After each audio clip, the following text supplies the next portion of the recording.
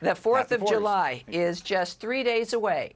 But according to a brand new Fox News poll, pride in America is now plummeting under Joe Biden. Gee, I wonder why. Just 39% of voters are proud of the country, including just 46% of Democrats. Joining us now with reaction is the first Green Beret to be elected to Congress, Representative Michael Waltz. Michael, thank you so much. You know, people can look at a poll like that and think like that we don't like the country. It's not that. Because we love the country, we don't like what's happening to it and how we're being represented. Is that your take on this? Yeah, Tammy, I think that's part of it, but I think there's something more fundamental here, because if you look at the polling data, you see a steady decline over the last decade plus. And I point to our education system, and COVID exposed to us the garbage that's being taught in our schools. Great point.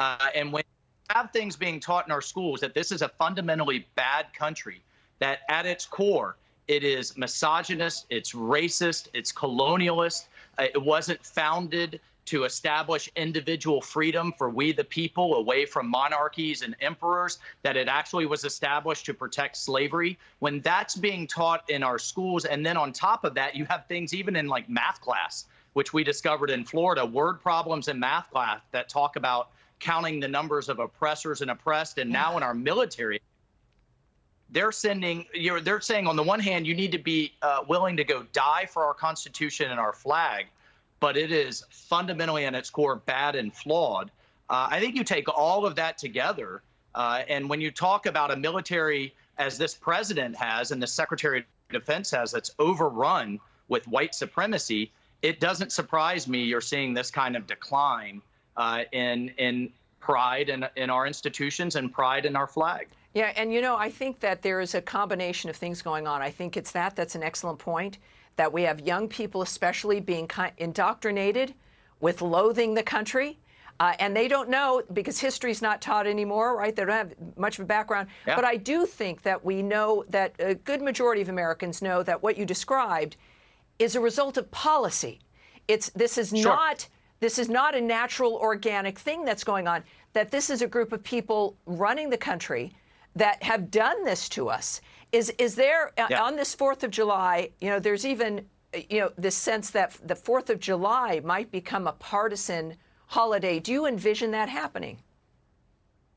You know, I pray not, and I'm going to do everything I can to fight and remind people that this flag that stands for individual liberty, the right to assemble, the right to free speech, the right to criticize your own government, and that there are literally more people out right now, more military members out right now willing to die for that flag than the entire Canadian and Australian armies combined.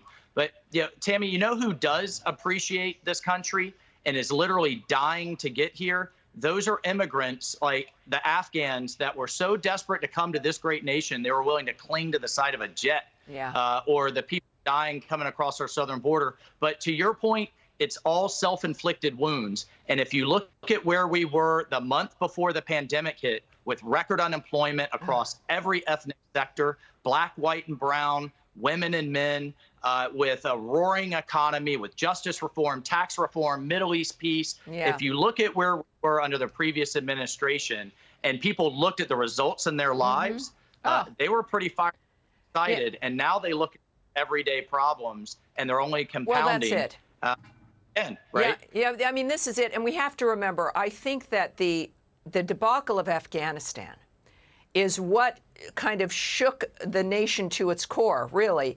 And when we understood that something very wrong had happened, and we are seeing that kind of failure move through every single other issue that we face in this country, that was not an accident. That was not a bug. It was a feature of what we are to expect. Congressman, great job. Thank you so much. I appreciate it. Have a very good Independence weekend. Hey, Sean Hannity here. Hey, click here to subscribe to Fox News YouTube page and catch our hottest interviews and most compelling analysis. You will not get it anywhere else.